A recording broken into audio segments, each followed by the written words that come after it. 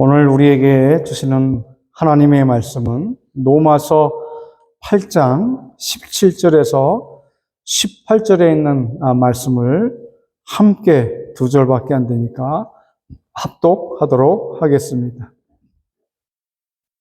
다 같이 함께 합독합니다. 자녀이면 또한 후사 곧 하나님의 후사요 그리스도와 함께한 후사니 우리가 그와 함께 영광을 받기 위하여 고난도 함께 받아야 될 것이니라. 생각건대 현재의 고난은 장차 우리에게 나타날 영광과 좋게 비교할 수 없도다. 아멘. 할렐루야. 이제 오곡백화가 풍성히 열매를 맺고 또 이 아름답고 좋은 계절을 오늘 하나님께서 우리에게 허락해 주셨습니다. 특별히 이제 우리가 생각해 봐야 될 것은 이 각 나라와 민족들이 많은 그 마태복음 24장에 있는 말씀처럼 난리와 또 기근과 또 전쟁의 소문이 들려오고 있는데 현 시대가 바로 그렇습니다. 이제 그 아프가니스탄 또 이 러시아와 이렇게 또 전쟁을 치르는 소식들이 들려오고 또 그것뿐만 아니라 이 바로 이스라엘에서 이런 고통의 순간들을 갖고 전쟁을 지금 치러야 될 만한 그러한 어려움을 겪고 있는 현실을 우리가 살아가고 있는데 뭐 러시아와 우크라이나의 전쟁은 그러다 치더라도 이 나라와 나라의 그러한 어려움과 소식뿐만 아니라 기독교계에 있어서도 중요한 문제를 가지고 있는 것이 있다면은 그것이 바로 이스라엘과 그 주변에 있는 나라들입니다. 그 주변에 있는 나라와 전쟁이 시작된다면은 바로 이 성경을 바라보지 않을 수는 없고 그 성경의 주변의 모든 것들을 살펴보지 않을 수가 없기 때문에 왜냐하면 마지막이라고 하는 그러한 시간이 이제 진행되어 가고 있다고 하는 사실을 우리가 맞이하게 되기 때문에 그렇습니다. 그래서 많은 종교계가 이 이스라엘에 나타나는 그러한 전쟁의 문제를 심각하게 또 중요한 관점에서 바라보고 있는 것입니다. 이 세상에는 그 상반된 두 가지의 영역이 있습니다. 이 에덴 동산에서부터 시작돼서 요한계시록까지 두 가지의 그 길을 가지고 이 세상을 가고 있습니다. 첫째는 하나님의 사람의 길이 시작되어 이 에덴 동산 창세기 3장 15절서부터 요한계시록까지 또 하나의 길은 악한 사탄의 역사가 이 창세기 3장 15절에서부터 바로 요한계시록까지 흘러가고 있다는 겁니다. 두 줄이. 그런데도 불구하고 또 이 세상에는 선과 악이 있습니다. 그리고 또한 빛과 어둠이 나뉘어지고 있습니다. 하나님의 영과 악한 영이 또 나눠지고 있습니다. 특별히 또한 천국과 지옥이 나눠지고 있는데 특히 오늘 본문 말씀은 고난과 영광에 대하여 말씀하고 있는 것을 볼 수 있습니다. 자, 고난과 영광을 받을 수 있는 자들은 누구인가? 어떻게 하면 고난이 있으면서 또 영광으로 연결될 수 있는가? 요즘에 한참 전쟁의 소문과 난리의 소문을 이렇게 듣다 보니까 각 교계와 많은 목회자들이 이제 많은 요한계시록의 그러한 내용들을 설교하고 해석하고 또 많은 신비를 쫓아가는 분들은 이제 막 여러 가지 신비에 대한 기도를 하고 주님이 이제 오신다고 하는 그 재림과 휴거에 대한 얘기를 많이 하고 있는 현실을 맞고 있습니다. 기독교인이라면 당연히 알아야 될 것이 있다면은 바로 이 천년왕국에 대한 문제. 이 마지막 때의 천년왕국을 어떻게 가져갈 거고 우리가 하나님 나라를 어떠한 조건 하에서 들어갈 것이냐 하는 것이 가장 큰 이슈가 되고 있는 우리 이 시대를 맞고 있습니다. 천년왕국이라고 하는 것은 천년 동안에 주님께서 왕노릇하시고 또 다스리시면서 모든 백성과 더불어 천년을 이렇게 또 함께 지낸다고 하는 내용의 말씀인데, 이 신학적으로 천년왕국에 대한 문제가 많이 대두되고 있고 또 많은 신학자들 사이에 또 차이가 있습니다. 특별히 이 천년왕국 속에 전천년설이라고 하는 그러한 내용이 있는데, 그 전천년 내용 속에도 두 가지가 있습니다. 하나는 역사적 천년설을 가지고 있고 또 하나는 세대주의적 천년설을 가지고 있습니다.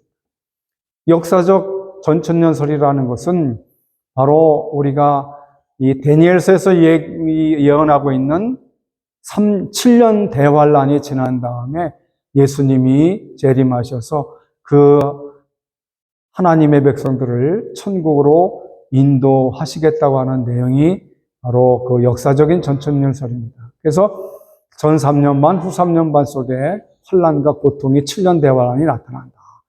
그리고 또한 세대주의 전천년설이라고 하는 것은 바로 이 특이한 점은 환란과 고통을 통과하고 바로 이 3년 반 또 후 3년 반, 전 3년 반, 후 3년 반으로 나뉘어서 7년 대환란을 이 성도는 겪지 않고 올라간다. 그래서 예수님께서 미리 공중에 재림하셨다가 또 이 성도들을 휴거시키고 그 다음에 함께 내려오셔서 여기서 천년왕국을 지내고 그렇게 하나님의 마지막 심판하고 나라에 올라간다는 내용들이에요. 지금은 이게 간략하게 설명하다 보니까 이렇게밖에 할 수가 없는데, 거기에 또 후천년설도 있습니다. 후천년설은 잘 설명이 되지 않고 있는데 많은 분들이 이걸 따라가지 않고 있어요. 그런데 또 한 가지 이 개혁신학에 신앙에 있어서는 이 무천년설이라고 하는 것을 주장합니다. 그 무천년설은 뭐냐면은 천년왕국이 어떤 7년 대환란 이런 것을 얘기하는 게 아니라 예수님께서 오신 다음부터 시작해서 이 종말이죠. 심판이죠. 예수님께서 오시는 그 순간이 바로 종말이라 시작해서 그 순간부터 예수님께서 다시 오실 그 기간을 가리켜서 얘기합니다. 이 세대주의 전천년이라고 하는 그 주장하는 것은 바로 문자 그대로, 성경에 있는 그대로 문자 그대로를 바로 천년기로 가지고 나가면서 해석을 하는 것이고, 역사적 전천년설은 그 역사를 가지고 가면서 그 역사에 이루어지는 걸 가지고 가면서 그 천년을 이룬다. 그러나 무천년 역사는 바로 이러한 지금이 교회 시대가 하나님의 천년왕국이다. 이렇게 쉽게 얘기를 해볼 수가 있습니다. 물론 여기에 여러 가지 신학적인 그런 문제들이 있고 여러 가지 해석들이 있지만 어느 것이 맞다 어느 것이 틀리다 할 수가 없이 우리는 그것을 준비하고 받아들일 수밖에 없습니다. 그것이 성경에 기록되기 때문에 그래요. 제가 왜 이 말씀을 드리냐면은 천년왕국이 전천년이냐, 역사적 전천년이냐, 세대주의적 전천년이냐, 무천년이냐, 그것을 따지기에 앞서서 먼저 그 하나님의 나라에 들어갈 수 있는 자격 요건이 뭐냐는 거예요. 우리는 그러한 천년기를 따지고 그러한 그 천국에 들어갈 것을 이야기하기 전에 먼저 거기에 들어갈 수 있는 자격을 가진 사람이 어떤 사람이냐 볼 수 있습니다. 오늘 본문에 보면은 그 자격을 갖춘 사람 중에 하나가 우리가 신학적으로 이걸 따지고 이게 맞다 저게 맞다 따지기에 앞서서 먼저 우리가 고민하고 먼저 우리가 살펴봐야 될 문제가 있다면은 그것이 바로 오늘의 이 문제라고 볼 수 있습니다. 첫째, 오늘 본문에서 말씀해 주는 것이 자녀이며 상속자라고 먼저 얘기하고 있습니다. 오늘 본문 17절 말씀 아까 우리 읽었듯이 자녀이면 또한 후사가 뭐냐 하니까 상속자 곧 하나님의 후사요 그리스도와 함께한 후사니 우리가 그와 함께 영광을 받기 위하여 고난도 함께 받아야 될 것입니다. 천국을 논하고 천년왕국을 논하기에 앞서서 먼저 거기에 합당하고 그곳에 들어갈 수 있는 자격이 누가 있느냐는 것이 먼저 중요해요. 저도 얼마 전에 몸이 좀 허약해서 몸을 건강하게 하기 위해 이제 기계를 가지고 운동하는 그곳에 멤버십이 이제 필요해서 그곳에 멤버십을 가입하고 그것에 들어서 운동을 하기 시작했습니다. 근데 항상 들어갈 때마다 거기에 멤버십에 대한 그 코드를 거기에 제시를 해야 돼요. 오늘 바로 그것이 가장 중요한 문제입니다. 하나님의 나라가 있고 이 천년왕국이 우리가 생각하고 있을지라도 가장 중요한 것이 빠진다면 아무 소용이 없어요. 우리가 열심히 운동하는 곳에 가서 운동을 하려 해도 이 멤버십, 어떠한 자기에게 주어진 자격이 거기에서 패스, 통과되지 아니하면 그 사람은 그곳에서 운동을 할 수가 없어요. 아무리 훌륭하고 아무리 능력 많고 지혜와 권력과 부가 축적된 사람이라 할지라도 하나님의 나라에 들어갈 수 있는 자격 요건이 되지 아니하면 천년왕국이고 천국이라고 하는 것은 생각해 볼 수 없다는 거예요. 많은 분들이 가장 중요한 바로 이 하나님의 나라의 그 상속자, 자녀가 된다고 하는 것을 잃어버리고 신앙생활을 하고 있을 때가 많아요. 오늘 이 본문의 말씀에서 바울 사도가 로마서에 특별하게 강조하는 부분은 여기 하나님의 상속자 되어야 된다는 거예요. 자녀이면 당연히 그 부모의 재산을 상속받듯이 성도는 하나님의 나라에 속한 모든 것, 바로 우리가 하나님의 백성으로 인침받고 그리스도의 피로 거듭난 그 보혈의 은총 가운데에 중생한 백성이라면은 바로 하나님의 나라의 그러한 모든 것들을 상속을 받아야 되는데 그 상속 중에 뭐 많이 있습니다만은 하나님의 영광이 있지 않습니까? 하나님 나라의 천국의 백성으로서의 영광이 있습니다.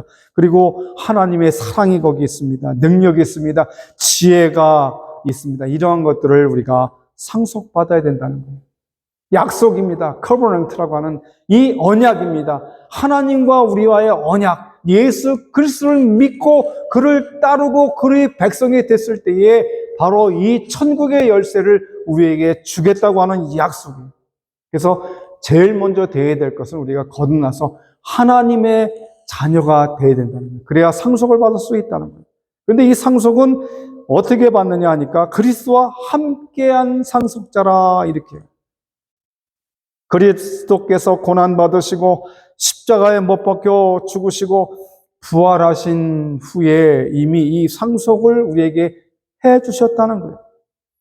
그 얘기는 우리도 장차 주님의 재림의 때에 영광의 몸으로 변화되며 그리스도와 공동의 상속자가 된다고 하는 사실을 성경은 말씀하고 있다는 사실입니다. 그렇기 때문에 먼저 우리는 내가 그리스도의 자녀가 됐는지 하나님의 거룩한 자녀가 되었는지를 우리가 먼저 살펴보고 나를 점검해 봐요. 이 세상에서 나를 가장 잘하는 사람이 있다면 그것은 다름 아닌 내 자신이에요. 내 자신이 정말 주님을 믿고 있는지, 내 자신이 정말 주님 앞에 고백해서 하나님의 백성이 되어 있는지 내 자신이 제일 잘 알아요. 내가 형식적으로 교회 나오고 어떤 그냥 마당만 밟고 가는 그러한 예배 형태를 가졌는지 아니면 내가 내 영광을 취하고 내 이득을 취하기 위해서 하나님의 교회에 나와서 있었는지를 누구보다도 내 자신 스스로가 잘 압니다. 그리고 더 자세하게 아는 그러한 분이 계시는데 그분이 바로 하나님이죠. 우리의 머리털까지 세심받으신 그 하나님께서 우리를 알고 계십니다. 그렇기 때문에 우리는 바로 이 자녀로서 그 그리스도와 함께 공동적인 상속을 받아야 돼요. 갈라디아서 2장 20절에 그렇게 말씀하고 있습니다. 갈라디아서 2장 20절에 뭡니까? 내가 그리스도와 함께 십자가에 못 박혔나니 그런즉 이제는 내가 산 것이 아니요 오직 내 안에 그리스도께서 사신 것이라. 이제 내 이 육체 가운데 사는 것은 나를 사랑하사 자기 몸을 버리신 하나님의 아들 예수 그리스도를 믿는 그 믿음 안에서 함께 살아가는 거예요.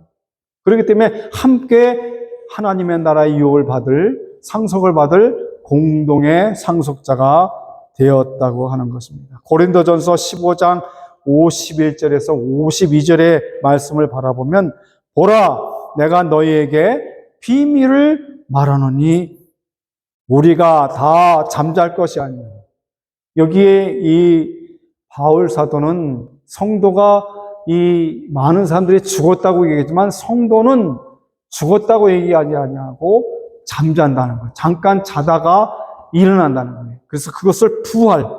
우리가 다 잠잘 것이 아니요 마지막 나팔의 순식간에 호련히 다 변화하리니 나팔 소리가 나매 죽은 자들이 썩지 아니할 것으로 다시 살고 우리도 변화하리라.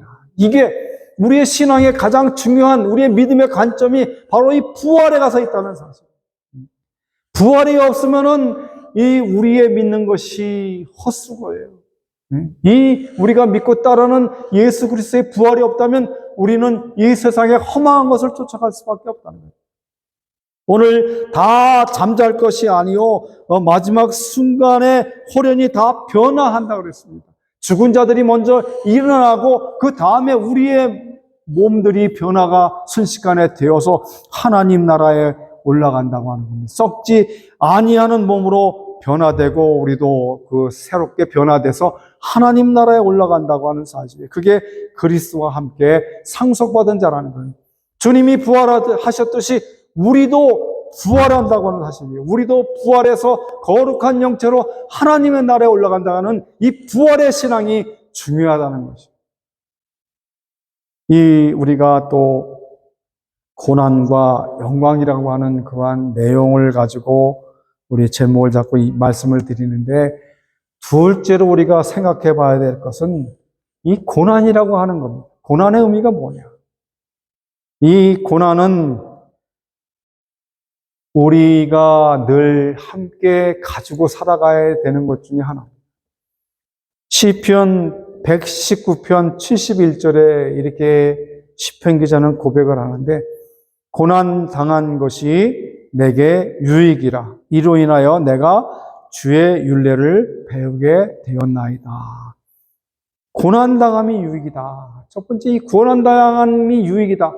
우리는 많은 고난을 당할 때마다 어쩌면 견디고 또 견디다가 나중에는 그 고난당함을 통해서 하나님을 원망하게 되고 하나님 살아계십니까? 하나님 이럴 수 있습니까? 하나님 왜 이렇게 저희를 내버려 놔두고 계십니까? 라고 원망과 불만, 불평을 터뜨릴 때가 많습니다. 그런데 오늘 시편 기자는 고난당하는 것이 내게 유익이라 그렇게 말씀을 시편 119편 71절에 말씀하고 있습니다. 도대체 고난당함이 유익이 뭘까? 우리가 일반적으로 생각해 볼 때에 세상 사람들이 주로 얘기하는 그런 일반적인 그러한 개념의 고생은 이런 얘기를 많이 해요. 우리 고생은 젊어서 고생은 사서도 한다. 젊을 때 고생은 사서 할 필요가 있다. 그 얘기는 뭐냐 하면 고난을 당할 수 있는 그러한 삶이 필요할 때가 있다. 왜냐하면은 로마서 5장 3절로 5절 말씀에 바울은 이렇게 또 우리에게 말씀해 주고 있습니다. 다만 이뿐 아니라 우리가 환난 중에도 즐거워하나니 이는 환난은 인내를 그러겠습니다. 대한민국에서 이 젊은 남자들은 꼭 해야 될 의무가 있는데 그 의무 가운데에 국방의 의무를 해야 돼요. 요즘에는 많이 좋아졌습니다만 예전에는 거의 3년이라고 하는 긴 시간 동안을 군에 들어가서 훈련을 받고 군사로서 3년을 지내고 2년을 지내고 2년 반을 지내다가 그리고 나와서 사회생활을 하게 됩니다. 근데 저는 개인적으로 생각해 볼 때에 참 좋은 과정이다 이렇게 생각을 합니다. 미국 같은 경우는 군 제도가 없어요. 자기가 가고 싶으면 갑니다. 그렇기 때문에 월급도 나오고 물론 우리나라의 군인도 월급이 주어지고 있습니다만 그러나 그 의무적으로 누구든지 가야 될 책임이 있어요. 근데 참 좋게 생각하는 것은 기간이 한 1년에서 1년 조금 넘어서 이렇게 책정받고 그 생활이 정말 남자로서의 어떤 그 생활을 연단받게 하는, 또 그 고난 속에서, 많은 고통 속에서 그 훈련을 통해서 사람이 사람답게, 또 어느 곳 어느 장소에서든지 어떠한 일을 만나도 그 일을 해결해 나갈 수 있는 그러한 힘을 얻게 된다는 걸 발견할 수가 있습니다. 규칙적인, 군에 들어가면 규칙적인 생활을 하고, 또 군에 들어가면은 그 정신훈련을 받고, 군에 들어가면은 또 어떠한 그 사람들을 대할 때에, 총을 가지고 대할 때에 안전규칙이든지, 또 어떤 그 자기 자신을 단련할 수 있는 그런 훈련을 받아요. 처음에는 정말 고통스럽습니다. 그 자대에 배치하기 전에 먼저 훈련소에 들어가서 4주에서 8주까지 훈련을 받아요. 그럼 그곳에서 이 총 쏘는 연습과 또 군에 대한 합당한 그러한 모든 것들을 훈련받은 다음에 자대에 배치돼서 2년에서 3년 사이에 군 복무를 이제 시작하게 됩니다. 거기서 조직적이고 규칙적이고 또 자기 단련을 하는 그러한 훈련을 하면서 어떤 때는 4kg가 넘는 것을 아주 무거운 짐을 가지고 띠을 띠고 넘어지고 깨어지고 다시 일어나고 훈련을 받아서 사람으로 바르게 서는 이 환난의 시기를 맞아요. 그래서 이 고난의 시간을 맞이하지만 바로 바울 사도가 로마서 5장 3절에서 5절 말씀처럼 다만 이뿐 아니라 우리가 환난 중에도 즐거워하나니 이는 환난은 인내를 만들어내는, 인내, 참고 견디는 것이 필요하다는 거예요. 오늘 이 시대가 참고 견뎌야 될 그러한 시대를 우리가 맞이하고 있다는 겁니다. 특별히 믿음을 가진 성도는 참으로 참고 인내하는 신앙이 필요하다는 거예요. 이 신앙의 놀라운 아름다운 그러한 열매는 이 인내가 필요하다는 거예요. 인내는 그 다음에 연단을 가지고 온다고. 연단. 훈련받고 거기에 단단한 그러한 청년으로, 젊은이로 이렇게 설 수 있습니다. 모르겠습니다. 저는 많은 얘기를 듣고 있는데 남자들이 모이면 군대 얘기도 많이 합니다만은 많이 우리 대한민국의 젊은 청년들을 바라보면 그들이 어떠한 곳, 어떠한 환경에서도 그것을 이루어 나가고 그 환난과 고통을 겪어내 나가고 또 그것을 반드시 이루어 성취시키는 것을 볼 수가 있습니다. 많은 나라에 지진하고 어려울 때에 아마 한국에 있는 젊은이들이 그곳에 가서 도움을 주었습니다. 그런데 다른 나라의 젊은이들과 틀리게 아주 단단한 훈련을 받아서 그런지 아주 정확하게, 아주 조직적으로 이 구출을 하는 그러한 내용들을 소개하는 그 각 나라의 뉴스를 본 적이 있습니다. 그렇기 때문에 이 인내는 연단은 소망을 이루는 거예요. 소망이 없고 비전이 없는 민족은 망한다고 했습니다. 우리는 소망이 있어야 됩니다. 믿는 사람에게 가장 중요한 것이 있다면 바로 그것이 소망입니다. 이 땅에서 먹고 마시고 명예와 권세와 능력을 가지고 누리어서 영원히 살 것처럼 생각하지만 시편 기자는 말하기를 사람의 연수는 70이요 강건함은 80이라도 그랬습니다. 이 70에서 80이 넘어가면 이제 더불어 사는 삶이지 결단코 새로운 것들을 창출하고 새롭게 만들어가는 삶을 살지를 못하는 겁니다. 그렇기 때문에 오늘 하나님께 우리가 소망을 가지고 살아야 돼요.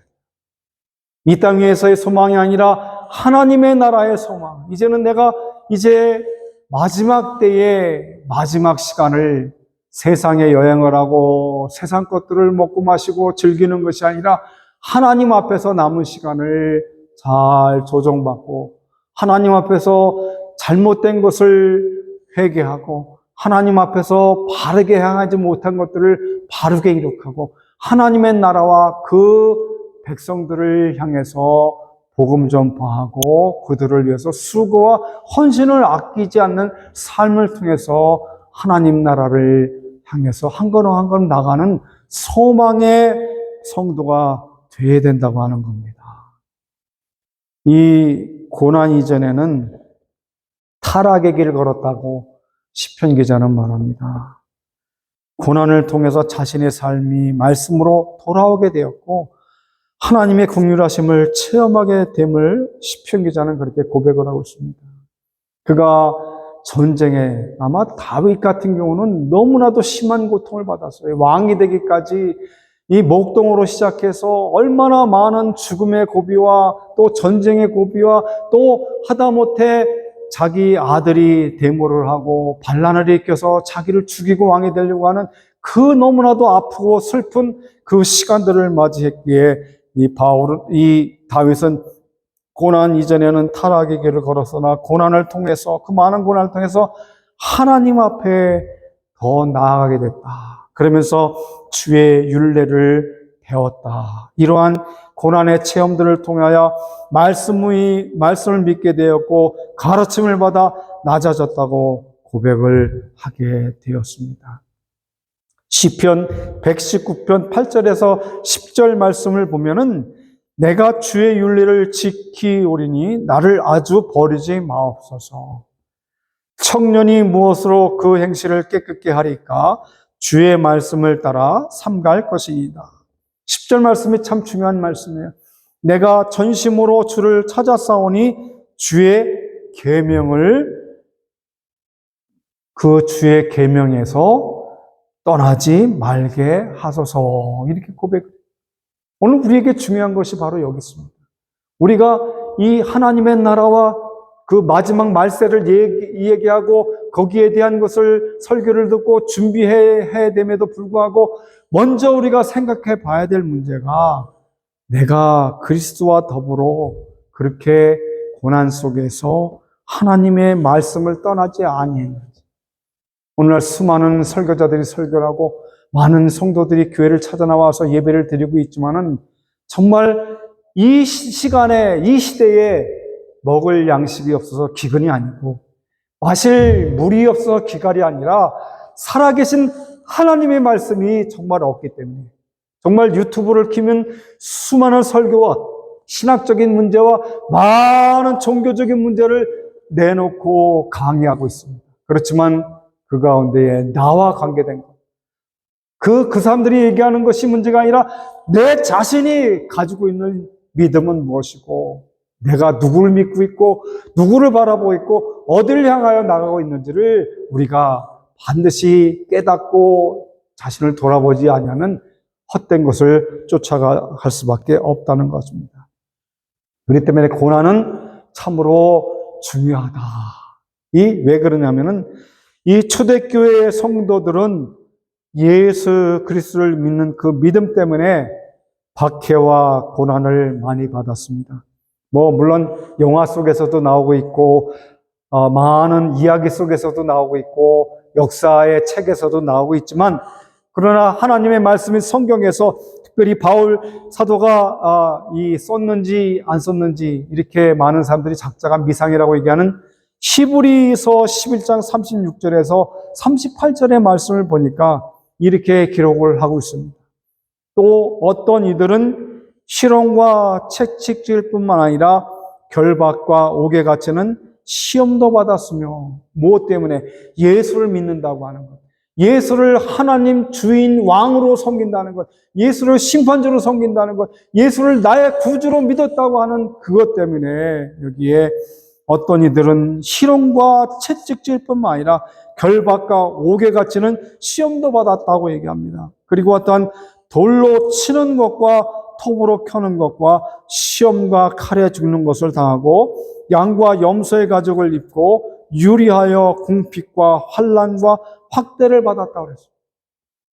예수 믿는다고 하는 그 하나의 이유 때문에 초대교회 성도들은 그들이 옥에 갇히고 채찍으로 매를 맞고 짐승의 먹이가 되고 또 십자가의 형태에 묶여서 불에 타 죽으면서까지라도 이 예수를 부인하면 살려주겠다고 하는 그 과정 속에서도 예수를 부인하지 아니하고 또 사도 요한의 제자 폴리캅은 그 화형을 시킬 때에 그 화형시키는 자가 너 예수를 부인하면 살려주겠다고 얘기했을 때에 이 제자는 뭐라고 고백했냐면 한 번도 한순간도 한시도 그 주님 예수 그리스도가 나를 버리지 아니하시고 나를 모른 척하지 아니하시고 나를 부인하지 않았는데 내가 어찌 그 하나님이신 예수 그리스도를 부인합니까? 하고 그 고백을 하며 화형을 당했다고 하는 사실입니다. 만약에 오늘날 우리에게 이러한 종교적인 그러한 그 많은 고통과 핍박이 온다면 저와 여러분은 어떻겠습니까? 만약에 예수 믿는다고 그 증거를 하고 복음 전파를 하고 설교를 하고 또 많은 사람을 교육하고 양육하는 데 있어서 그게 법으로 이제 제한을 받고 구속을 받는다면은 잡혀갈 것이고 끌려갈 것이고 거기서 고통을 당할 것입니다. 다른 나라의 예를 들 필요가 없이 바로 우리나라의 주기철 목사님과 죽으면 죽으리라고 하는 책을 썼던 안희숙 여사가 바로 그러한 신앙을 고백한 걸 볼 수 있습니다. 예수 믿는다고 일본 순사, 지금에 말하면 그 순경들에게, 경찰들에게 붙잡혀서 예수 믿는다고 하는 그 하나 때문에 그 옥에 갇히고 채찍으로 매를 맞고 또 손톱을 빼고 손톱 사이에 그 바늘 같은 것을 넣어서 고통을 주고 잠을 못 자게 하고 그러면서 하는 말이 예수만 안 믿으면, 예수를 부인하면 내가 너희를 내보내 줄 거고 살려줄 거다. 그때 주유철 목사님은 감옥에서 그 절대 부인하지 않고 절대 주님을 모른다 하지 않고 하나님 앞에 내가 주님을 고백하고 일사각오의 신학으로 죽으면 죽으리라 하는 신앙을 가지고 하나님께 나아가겠다고 하는 그러한 신앙을 고백했습니다. 그것을 옆에서 본 안희숙 여사가 죽으면 죽으리다 하는 신앙의 고백의 책을 써서 그 많은 그 베스트셀러가 된 것을 볼 수 있습니다. 그 책 내용을 보면 참 많은 고통과 아픔 속에서도 저렇게까지 견딜 수 있는 믿음이 어디서 있을까? 하나님께서 나를 지켜주시니, 하나님께서 나와 함께 해주시니, 주님께서 나를 위해 고통받으시고 죽으셨으니 내가 그를 믿고 구원을 얻은 그 구원의 기쁨에 감사한다. 저 높은 곳을 향하여 나는 날마다 나아간다고 하는 고백이 바로 주기철 목사님의 고백이었습니다. 그 순교자들의 고백 위에 세워진 교회가 바로 한국의 교회입니다. 그렇기 때문에 무너지지 않고 또 나라가 이 바람에 흔들리는 것 같아도 굳건히 전진해 나가는 것은 바로 기도하는 주의 백성이 있고 순교자의 그 터전 위에 세워졌던 나라이기 때문에 그렇다고 하는 사실이, 여기 초대교회의 그러한 역사들이 오늘 우리 대한민국에도 나타났다는 거예요. 그런데 요즘에 현대에 들어와서 너무나도 안타깝습니다. 이렇게 훌륭한 믿음의 신앙의 선배들이 수고하고 순교의 피를 흘려서 세운 이 교회가 요즘에는 많이 곁길로 나가고 있습니다. 하나님의 진리 가운데 있지를 못합니다. 하나님께서 순수하게 지켰던 그 믿음 안에 있지를 못합니다. 하나님을 바라보기보다는 세상의 물질과 명예와 권세를 바라보고 그 사람들이 세상 것들을 향하여 나가고 있습니다. 코로나19를 통해서 그 전에는 수많은 사람들이 모여 예배하고 교계를 자랑하고 교회를 자랑하고 성도의 수를 자랑했지만 그 코로나가 온 다음부터는 각 나라마다 특별히 대한민국은 반으로 줄어들었어요. 그 열정적이던 신앙이 도대체 어디로 갔단 말입니까? 지금 우리 교회뿐만 아니라 많은 수많은 교회들이 고통을 당하고 아픔을 당했습니다. 마지막 때에 하나님의 나라의 백성들로 예배하기를 힘쓰고 기도하기를 힘쓰고 찬양하며 전도하고 복음 전파하기를 힘써야 됨에도 불구하고 다 흩어져 어린 양 또 많은 염소떼처럼 흩어져 버렸다는, 오늘 초대교회가 이러한 성도들이 고통을 받고 아픔을 당하면서도 주를 부인하지 않냐고 주의 나라를 위해서 힘차게 전진해 나갔던 것처럼, 그래서 38절에 이렇게 고백을 합니다. 이런 사람은 세상이 감당치 못하다. 오늘 우리 대한민국과 우리 이 아메리카에 들어와 있는 많은 주의 백성들이 바로 이러한 믿음을 가져야 돼요. 이 고난 속에서도 바로 이런 사람은 이 세상이 감당치 못하는 사람들이 돼야 돼요.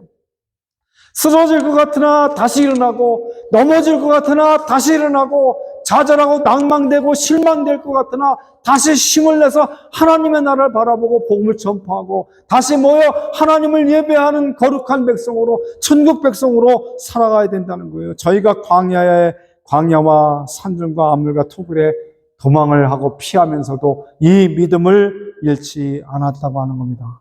이 고난이라는 것이 바로 고난을 받을 때에 초대교회 성도들은 더욱더 하나님을 사랑하고 더욱더 주의 말씀으로 기도하고 찬양하고 더 열심히 했습니다. 세상이 편하다 보니까 자꾸 하나님의 나라에 대한 개념이 없어지고 이제 그냥 먹고 살다가 여행하다가 죽으면 되지 하는 어리석은 지옥이 기다리고 있다는 사실을 깨닫지 못합니다. 영안이 열려지지 않기 때문에 세상만을 쳐다보고 사는 그러한 어리석은 삶이 너무 많다고 하는 겁니다. 이 고난이 있다면은 바로 이 고난 속에서 이 믿음을 지키기 위해서 인내하고 이 연단을 받는다면은 하나님 나라의 소망이 있었다면은 바로 우리가 이 고난을 달갑게 현재 우리가 당하고 현재의 고난은 바로 우리에게 나타날 영광과 좋게 비교할 수 없다고 그래요. 그래서 이 상속자인 자녀는 바로 주님과 더불어 함께 형통할 뿐만 아니라 고난도 같이 받아야 된다. 그래서 지금의 우리가 당하고 있는 고난을 우리는 너무 두려워하지 말라. 당연하게 우리가 너희가 환난을 당하나 담대하라. 내가 세상을 이겼노라.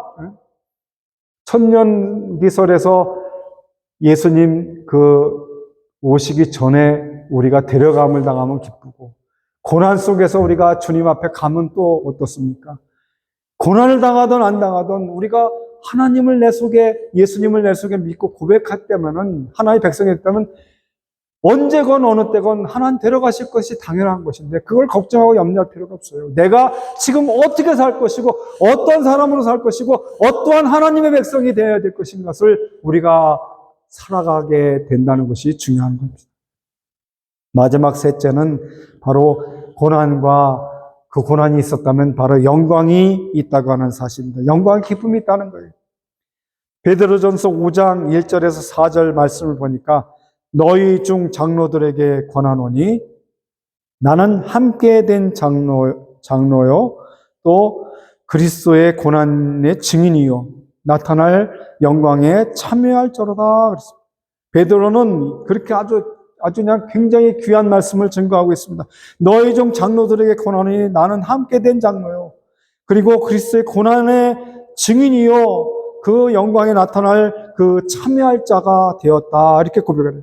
너희 중에 있는 하나님의 양무리를 치되 부득이함으로 하지 말고 오직 하나님의 뜻을 쫓아 자원함으로 하며 더러운 일을 위하여 하지 말고 오직 즐거운 뜻으로 행하라.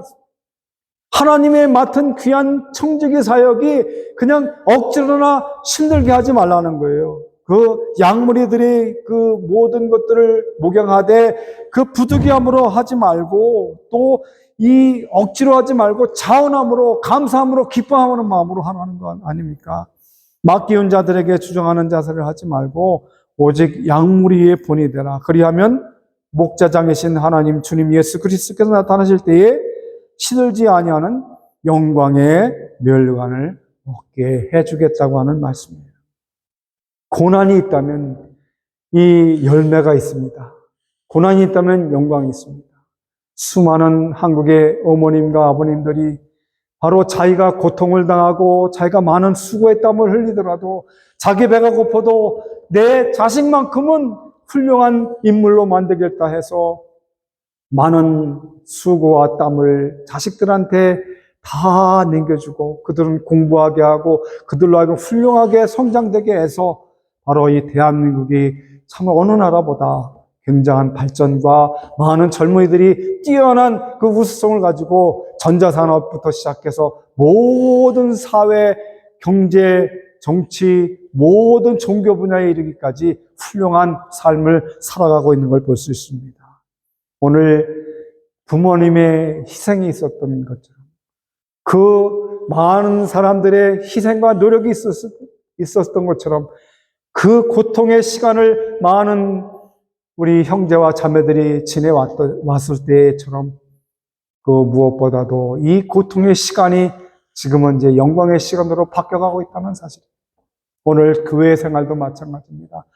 하나님을 올바로 섬기고 하나님 말씀만 오직 믿음만 오직 은혜만 오직 그리스도만, 오직 하나님께 영광을 돌리기 위해서 많은 사람에게 지탄을 받고 많은 사람보다 더 부지런하여 게으르지 말고 주의 일에 더 힘쓰는 자가 되기 위해서는 남들보다 더 많은 수고를 아껴야 하고 더 많은 노력을 하고 더 많은 땀을 흘려서 이 모든 걸 이루어낼 때에 얼마나 많은 고통이 있습니까? 얼마나 많은 비난이 있습니까? 얼마나 많은 손해를 우리가 끼칠 수가 있고 받았었습니까? 그럼에도 불구하고 오늘 바울 사도가 이 로마서를 통해서 현재의 고난은 장차 우리에게 나타날 영광과 좋게 비교할 수 없다는 거예요.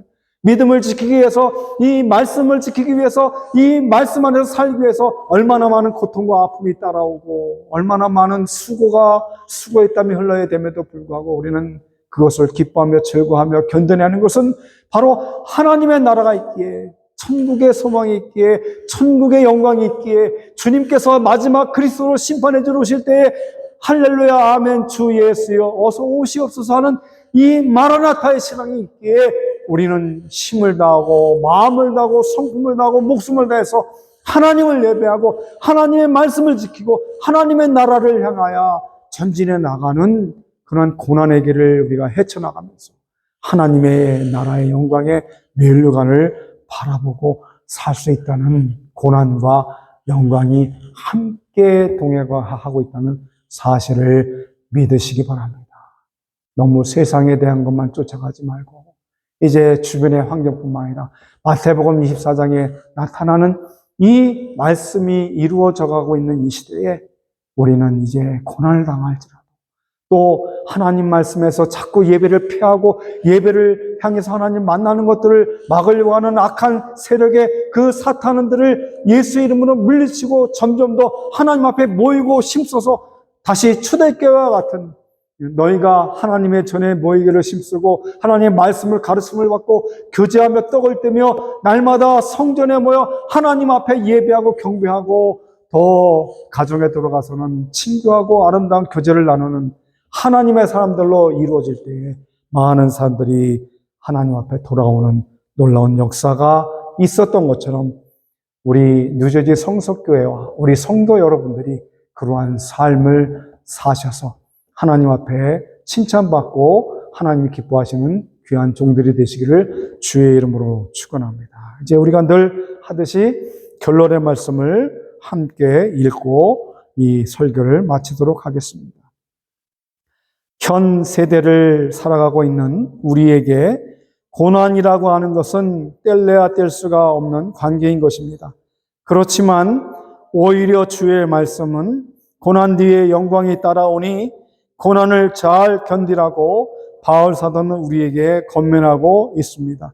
그렇습니다. 그렇기 때문에 우리 성도는 고난을 통하여 하나님께 기도하고 고난과 죽음을 이기시고 부활하신 주님과 함께 하나님께서 예비해 두신 천국의 영광을 누리시는 성도 여러분들이 되시기를 주의 이름으로 축원합니다. 그러므로 내 사랑하는 자들아 견고하며 흔들리지 말며 주의 일에 더욱 힘쓰는 자들이 되라. 이는 너희가 마지막에 힘을 다해서 받을 축복이니라고 말씀하시는 것을 볼 수 있습니다. 할렐루야. 아멘. 감사합니다. 기도하겠습니다.